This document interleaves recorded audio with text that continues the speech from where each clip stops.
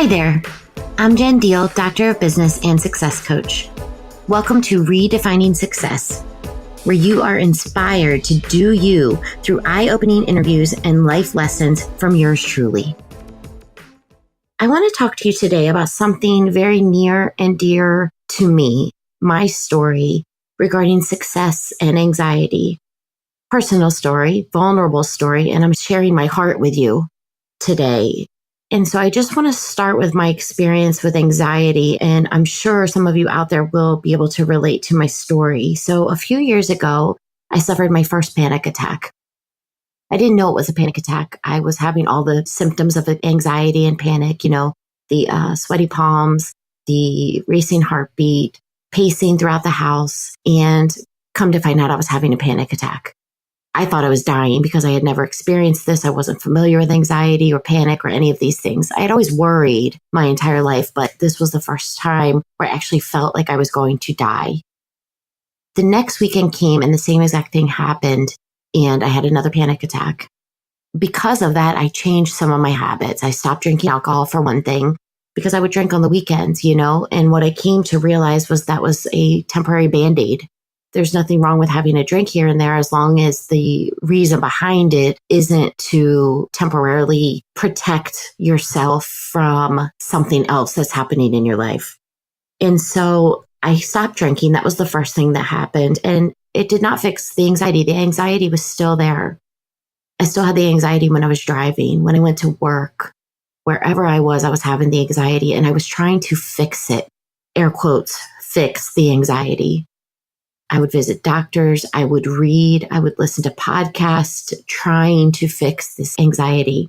And eventually I began meditating. I had never meditated before, but I began meditating and I had an aha moment during this meditation.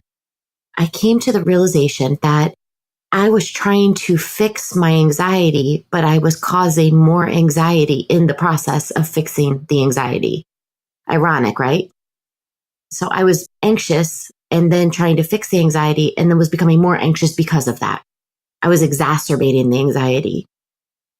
So I came to the realization that I just needed to accept it, accept the anxiety, no matter how uncomfortable.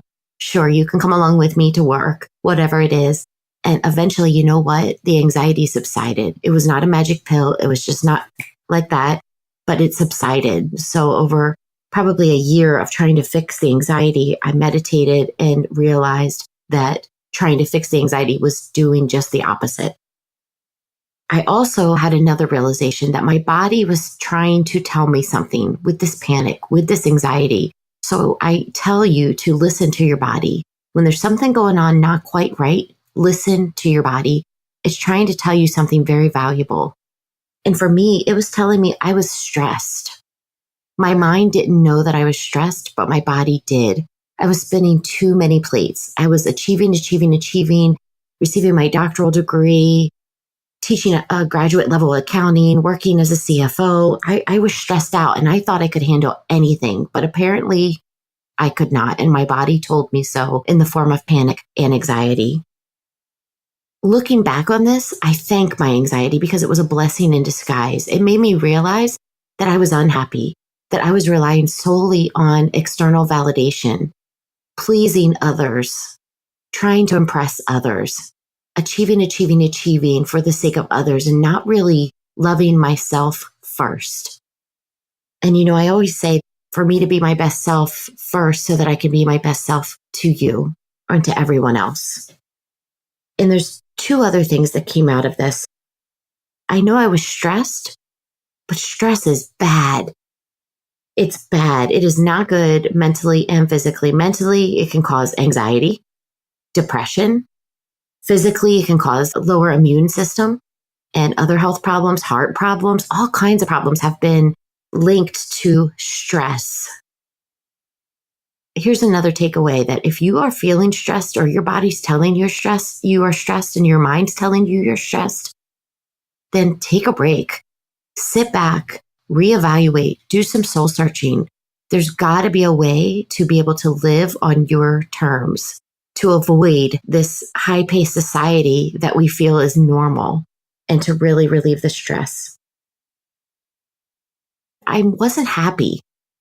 After all this external validation, I was not providing any internal validation. I was not loving myself. I was not putting myself first, and I was not happy.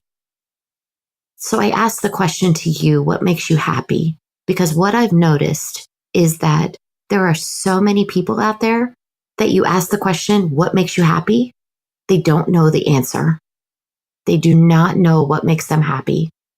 This is critical. This is the first step, first and major. It's huge. Once you can answer this question, you can take a giant leap into the rest of your life in a happier and more successful way.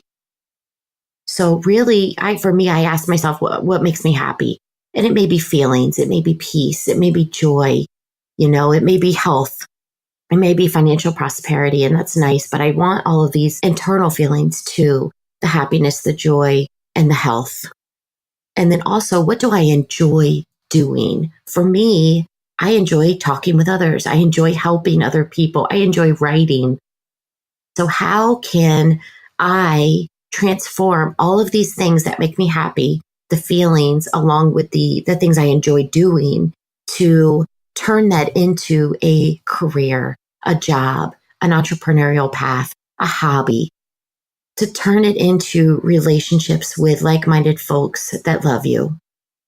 Believe me, I'm telling you to write down a question and answer it, but please take the time, because I know for me, I'm not good at just sitting down and writing, but sometimes you have to do what you have to do if you want to move forward and be happy. It really is completely worth asking this simple question, what makes you happy? So take 15 minutes, no distractions, write down everything that comes to mind, everything, and then read that list back to you and find common themes.